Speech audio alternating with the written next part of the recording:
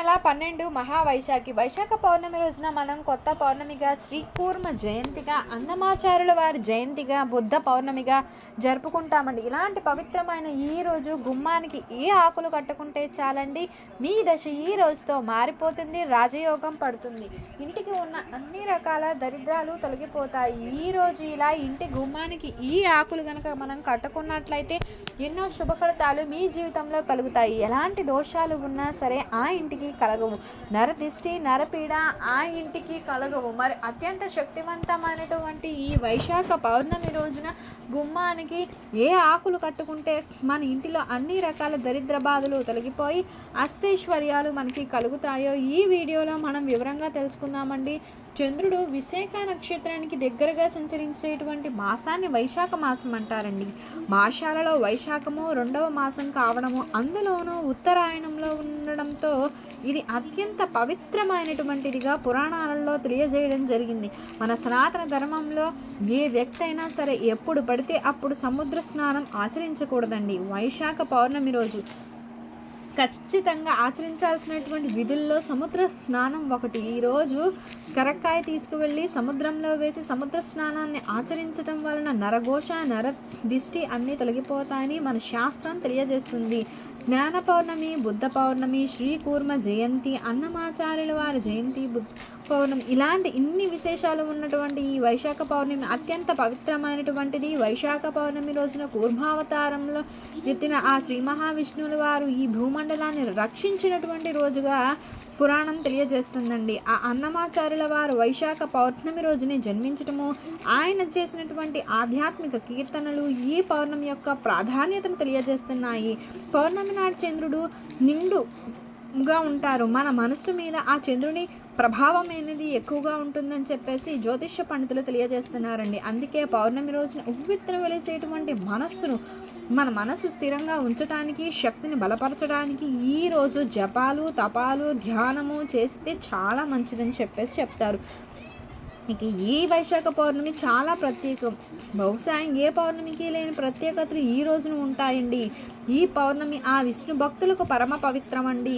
ఆ విష్ణుమూర్తి రెండవ అవతారమైన కూర్మావతారము ఈ రోజునే ఉద్భవించటము అందుకు కారణము. అమృతం కోసం దేవదానవులు క్షీరసాగరాన్ని మదించినటువంటి సమయంలో మందర పర్వతం అనేది కవ్వంలా ఉన్నటువంటిది జారిపోకుండా కూర్ముడు ఉంటారంట అడ్డంగా. అతి విశిష్టమైన కూర్మావతారాన్ని పూజించడానికి ఆలయాలు అనేవి చాలా అరుదు. అలాంటిది ఒక గుడి అనేది ఉందండి మనకి. అది శ్రీకాకుళం సమయంలో శ్రీకూర్మం అనేటువంటి గ్రామంలో ఆ ఆలయం అయితే ఉందండి. ఈ గుడికి 1500 సంవత్సరాల చరిత్ర ఉండడం అనేది విశేషం.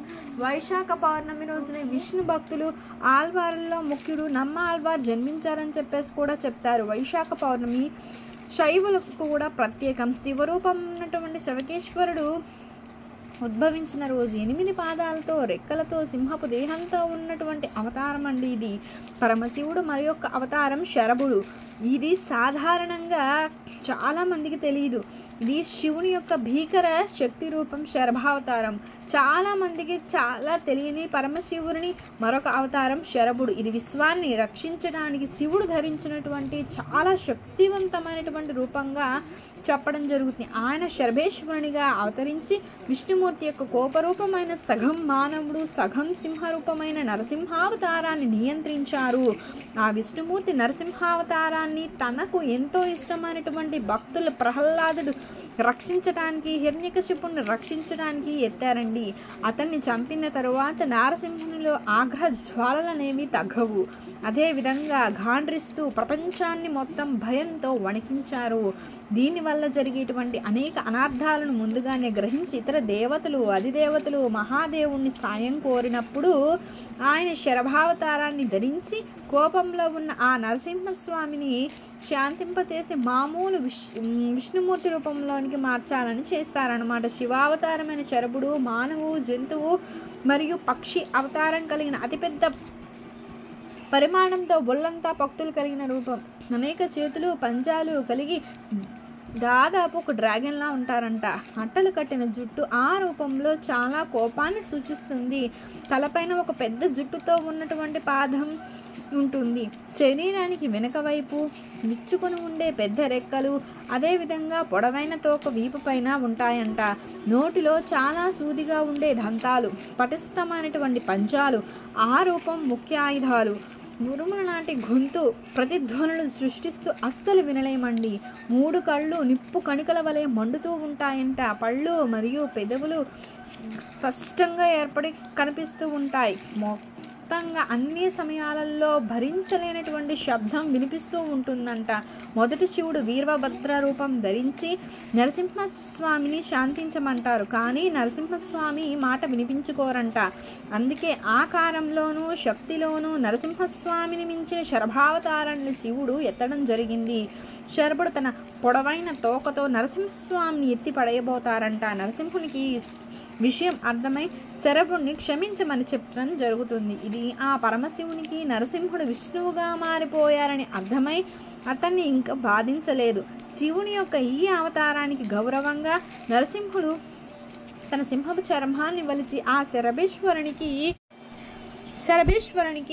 కానుకగా సమర్పించారంట చర్మాన్ని. అలా పరమశివుని శరభావతారం విష్ణుమూర్తి అవతారమైన నరసింహుణ్ణి మానవుడిగా మార్చింది. ఈ శివావతారాన్ని శరభేశ్వరునిగా కొలుస్తారు. శివాలయాలలో గర్భగుడికి ముందు 2 శరభేశ్వరుని విగ్రహాలు ప్రతిష్ఠించడం కూడా మనం చూడవచ్చంటండి. కాబట్టి వైశాఖ పౌర్ణమి రోజుని ఆ మహాశివుడు శర్వరూపాన్ని ధరించారని చెప్పి మన పురాణాలు చెప్పడం అయితే జరుగుతుంది. సాంప్రదాయపరంగా కూడా వైశాఖ పౌర్ణమి అపూర్వమైనటువంటిది. ఈరోజు ఆ మహావైశాఖిగా చెప్పడం జరుగుతుంది.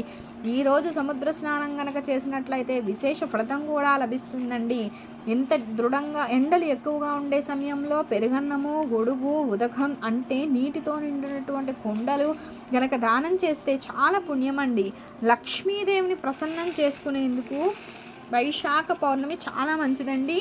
ఈరోజు కొన్ని వస్తువులు దానం చేయడం వలన ఆ లక్ష్మీదేవి ఆశీస్సులతో పాటు దోషాలు కూడా తొలగిపోతాయి. వైశాఖ పౌర్ణమి రోజున ఉపవాసాన్ని ఆచరించి పుణ్యస్నానం చేస్తే దానం చేయడం ఇలాంటివన్నీ శుభప్రదంగా భావిస్తారండి. ఈరోజు మహావిష్ణువుకు లక్ష్మీదేవి పూజిస్తారు. ఈరోజు ప్రత్యేక వస్తువులు దానం చేసే సాంప్రదాయం ఉంది. ఈరోజు కొన్ని వస్తువులు దానం చేయడం వలన ఏంటంటే వ్యక్తి అన్నింటిలో విజయాన్ని పొందుతారు, ఆర్థిక సంక్షోభం నుంచి ఉపశమనం పొందుతారు అని చెప్పడం జరుగుతుంది. వైశాఖ పౌర్ణమి రోజున తీసుకునేటువంటి కొన్ని చర్యలు మీ జీవితంలోని ఇబ్బందులు తొలగించి సంతోషాన్ని, శాంతిని కలగజేస్తాయి. ఆర్థిక సమస్యలు అధిగమించేందుకు వైశాఖ పౌర్ణమి రోజున లక్ష్మీదేవికి 11 పసుపు కౌరీలు సమర్పించాలి. వీటిని ఎర్రని వస్త్రంలో చుట్టి భద్రంగా ఉంచుకోవాలి. ఇది ఆర్థిక సమస్యలను దూరం చేస్తాయి. ఈ విధంగా చేస్తే కుటుంబం పైన లక్ష్మీదేవి ఆశీర్వాదం ఉంటుందండి.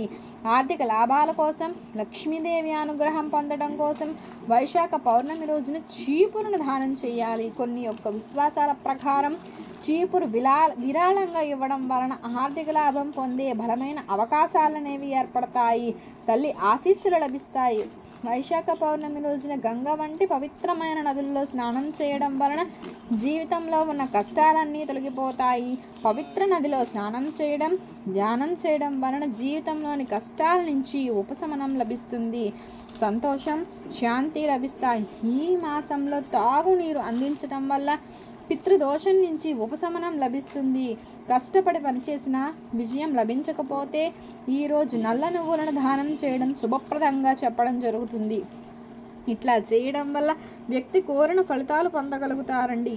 ఈరోజు ఇట్లా చేస్తే ఎప్పుడూ సమస్యలు ఎదుర్కోవాల్సినటువంటి సమస్యలు రావు. వైశాఖ పౌర్ణమి రోజున చంద్రుణ్ణి పూజించడం వల్ల చంద్ర దోషాల నుంచి బయటపడగలుగుతాం. మానసిక ప్రశాంతత, పనిలో ఆటంకాలన్నీ తొలగిపోతాయి.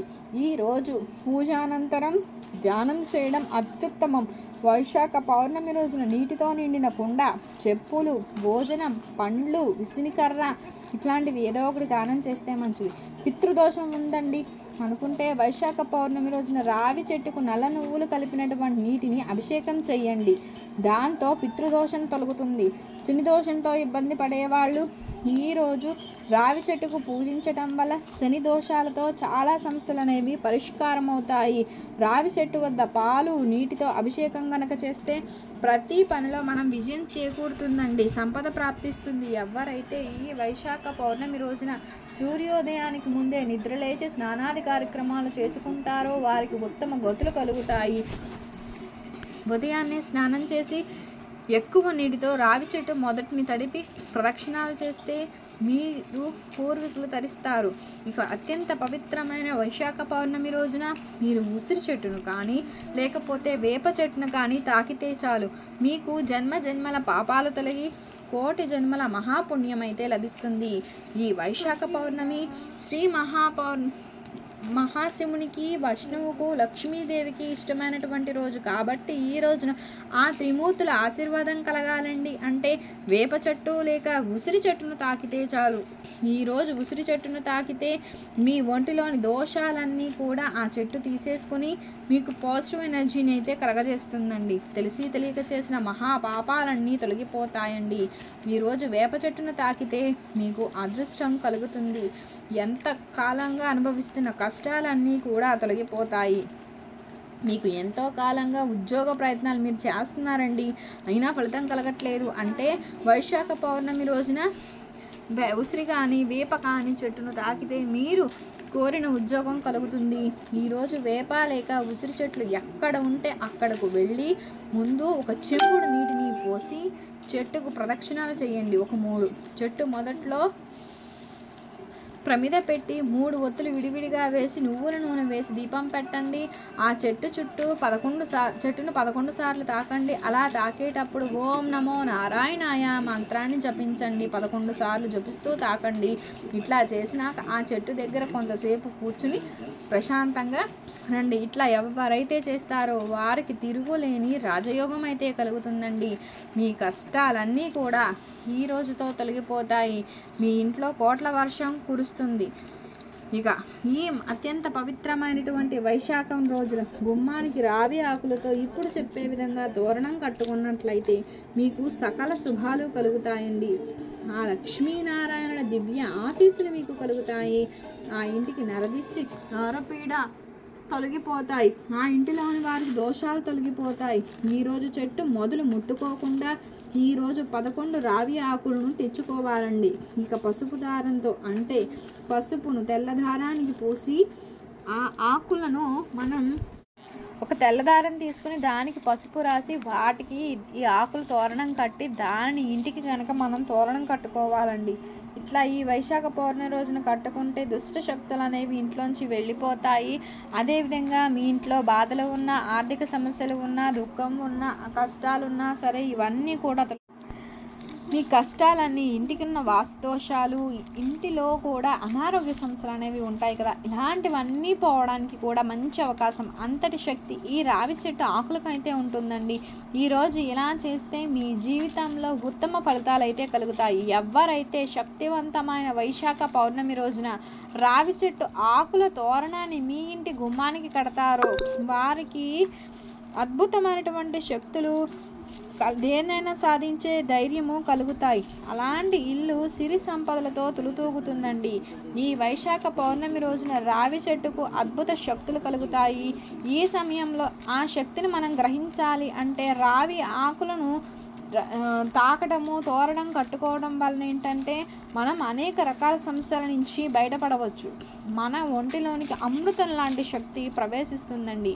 ఈ విషయం అనాది కాలంలోనే మన మహర్షులు అనేది గుర్తించి ఈ వైశాఖ పౌర్ణమి నాటి పుణ్యదినాలలో రావి ఆకుల తోరణాన్ని ఇంటికి కట్టుకోవాలని చెప్పేసి చెప్పడం జరిగిందండి. ఇది ఈ వైశాఖ పౌర్ణమి రోజున ఎవరైతే ఈ ఆకులు కట్టుకుంటారో వారికి విశేషమైనటువంటి ఫలితం అయితే కలుగుతుంది. మీకు కనుక వీడియో నచ్చినట్లయితే లైక్ చేయండి, షేర్ చేయండి, సబ్స్క్రైబ్ చేయడం మర్చిపోకండి. మీరు కనుక కొత్తగా వాచ్ చేస్తున్నట్లయితే thank you for watching. Thank you so